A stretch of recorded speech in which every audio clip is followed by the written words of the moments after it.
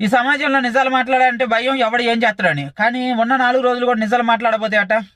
CP Sajjanar గారి ఆయనకి నాకు సలహా అనమాట, పోలీస్ ఆఫీసర్ సజ్జనార్కి.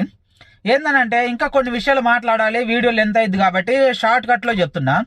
కొంతమంది మానవ బాంబులు తాగి తిరిగే వాళ్ళు ఇలా చెప్తున్నారు కదా, నిజమే, అది వాస్తవమే.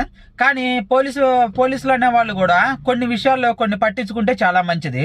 అదేంటంటే బాగా బలిసిన కొడుకులు, నా కొడుకులు తాగి గంజాయిలు డ్రగ్స్ ఎప్పుడు నైట్ కూడా కాదు, మీరు పబ్బుల మీద దృష్టి పెడుతున్నారు, పబ్బుల మీద కాదు, ఉదయం పూట కూడా తాగి అమ్మాయిలు వేసుకొని తిరుగుతా సమాజానికి హానికరంగా తయారవుతున్నారు. ఫస్ట్ వాళ్ళ సంగతి చూడండి. ఏదో పేదవాళ్ళు లేకపోతే ఎవరు ఎన్కౌంటర్ చేస్తే ఎవరు అడగని వాళ్ళనో వాళ్ళని ఎన్కౌంటర్ చేయడం కాదు, ఇలాంటి వాళ్ళ సంగతి చూడండి.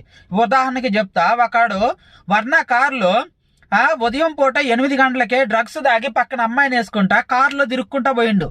అలాంటి వాడిని ఎక్కడ ఆపలేదు. ఇది నా పర్సనల్గా నేను చూసిన. మీరు అనుకోవచ్చు కంప్లైంట్ ఇవ్వచ్చు కదా వాడి మీద, అంటే వాడికి నెంబర్ ప్లేట్ లేకుండా తిరుగుతుండు, అయినా కానీ ఎవడు ఆపలేదు. ఫస్ట్ అలాంటి వాళ్ళ సంగతి చూడండి.